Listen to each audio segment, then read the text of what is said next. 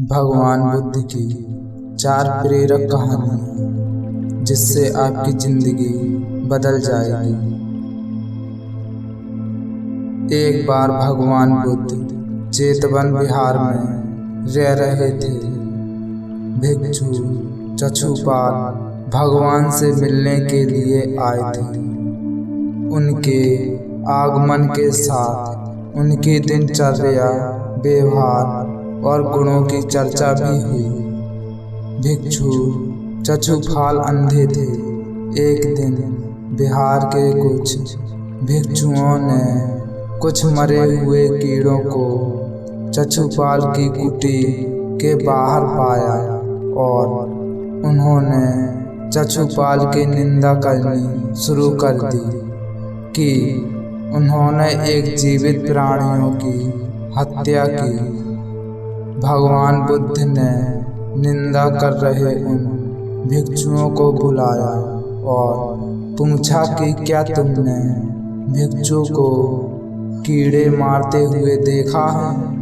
उन्होंने उत्तर दिया नहीं। इस पर भगवान बुद्ध ने उन साधकों से कहा कि जैसे तुमने उन्हें कीड़ों को मारते हुए नहीं देखा, वैसे ही चछुपाल ने भी उन्हें मरते हुए नहीं देखा और उन्होंने कीड़ों को जानबूझकर नहीं मारा है, इसलिए उनकी भत्सना करना उचित नहीं है। भिक्षुओं ने इसके बाद पूछा कि चछुपाल अंधे क्यों हैं? उन्होंने इस जन्म में अथवा पिछले जन्म में क्या पाप किए? भगवान बुद्ध ने चछुपाल के बारे में कहा कि वे पूर्व जन्म में एक चिकित्सक थे। एक अंधी स्त्री ने उनसे वादा किया था कि यदि वे उसकी आंखें ठीक कर देंगे तो वह और उसका परिवार उनके दास बन जाएंगे। स्त्री की आंखें ठीक हो गईं, पर उसने दासी बनने के भय से यह मानने से इनकार कर दिया। चिकित्सक को तो पता था कि उस स्त्री की आंखें ठीक हो गई हैं, वह झूठ बोल रही है। उसे सबक सिखाने के लिए या बदला लेने के लिए चछुपाल ने दूसरी दवा दी। उस दवा से महिला फिर अंधी हो गई। वह कितना ही रोई पीटी, लेकिन चछुपाल जरा भी नहीं पसीजा। इस पाप के फलस्वरूप अगले जन्म में चिकित्सक को अंधा बनना पड़ा। एक बार भगवान बुद्ध अपने अनुयायियों के साथ किसी गांव में उपदेश देने जा रहे थे।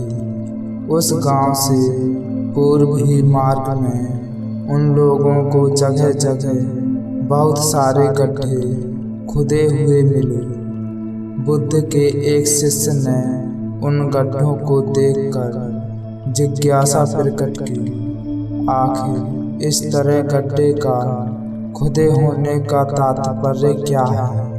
बुद्ध बोले, पानी की तलाश में किसी व्यक्ति ने इतने गड्ढे खोदे हैं। यदि वह धैर्यपूर्वक एक ही स्थान पर गड्ढे खोदता तो उसे पानी आवश्यक मिल जाता, पर वह थोड़ी देर गड्ढा खोदता और पानी न मिलने पर दूसरा गड्ढा खोदना शुरू कर देता। व्यक्ति को परिश्रम करने के साथ धैर्य भी रखना चाहिए।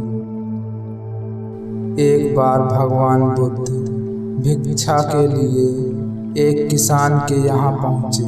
तथागत को भिक्षा के लिए आया देखकर किसान उपेक्षा से बोला, श्रीमन, मैं हल जोतता हूँ और तब खाता हूँ। तुम्हें भी हल जोतना और बीज बोना चाहिए और तब खाना खाना चाहिए।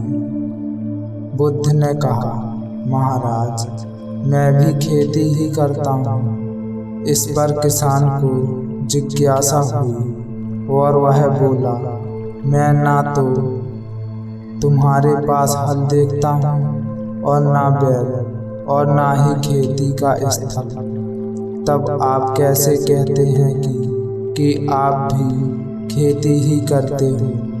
आप कृपया अपनी खेती के संबंध में समझाइए। बुद्ध ने कहा, महाराज, मेरे पास श्रद्धा का बीज, तपस्या रूपी वर्षा और प्रजा रूपी जोत और हल है, पाप भीरुता का दंड है, विचार रूपी रस्सी है, स्मृति और जागरूकता रूपी हल्की फाल और पैनी है। मैं वचन और कर्म में संयत रहता हूँ। मैं अपनी इस खेती को बेकार घास से मुक्त रखता हूँ और आनंद की फसल काट लेने तक प्रयत्नशील रहने वाला हूँ। आप प्रमद मेरा बैल है, जो बाधाएं देखकर भी पीछे मुंह नहीं मोड़ता है, और वह मुझे सीधा शांति धाम तक ले जाता है। इस प्रकार मैं अमृत की खेती करता हूँ।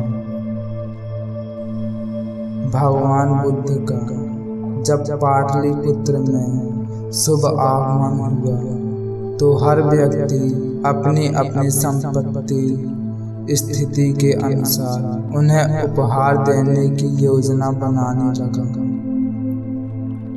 राजा बिंबिसार ने भी कीमती हीरे, मोती और रत्न उन्हें पेश किए।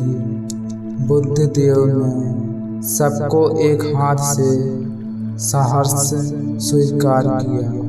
इसके बाद मंत्रियों, सेठों, साहूकारों ने अपने अपने उपहार उन्हें अर्पित किए और बुद्ध देव ने उन सबको एक हाथ से स्वीकार कर लिया। इतने में एक बुढ़िया लाठी टेकते वहां आई। बुद्ध देव को प्रणाम कर वह बोली, भगवान, जिस समय आपके आने का समाचार मुझे मिला उस समय में यह अनार खा रही थी। मेरे पास कोई दूसरी चीज न होने के कारण मैं इस अधखाए फल को ही ले आई हूँ। यदि आप मेरी इस तुच्छ भेंट स्वीकार करें तो मैं आयो भाग समझूंगी। भगवान बुद्ध ने दोनों हाथ सामने कर वह फल ग्रहण किया। राजा बिंबिसार ने जब यह देखा तो उन्होंने बुद्ध देव से कहा, भगवान क्षमा करें, एक प्रश्न पूछना चाहता हूँ। हम सब ने आपको कीमती और बड़े बड़े उपहार दिए जिन्हें आप एक हाथ से ग्रहण किया, लेकिन इस बुढ़िया द्वारा दिए गए छोटे एवं जूठे फल को अपने दोनों हाथों से ग्रहण किया, ऐसा क्यों? यह सुन बुद्ध देव मुस्कुराए और बोले, राजा, आप सबने अवश्य बहुमूल्य उपहार दिए हैं, किंतु यह सब आपकी संपत्ति का 10वां हिस्सा भी नहीं है। आपने यह दान दिनों और गरीबों की भलाई के लिए नहीं किया है, इसलिए आपका यह दान सात्विक दान की श्रेणी में नहीं आ सकता। इसके विपरीत इस बुढ़िया ने अपने मुंह का कौर ही मुझे दे डाला है। भले ही यह बुढ़िया निर्धन है, लेकिन इसे संपत्ति की कोई लालसा नहीं है। यही कारण है कि इसका दान मैंने खुले हृदय से दोनों हाथों से स्वीकार किया है।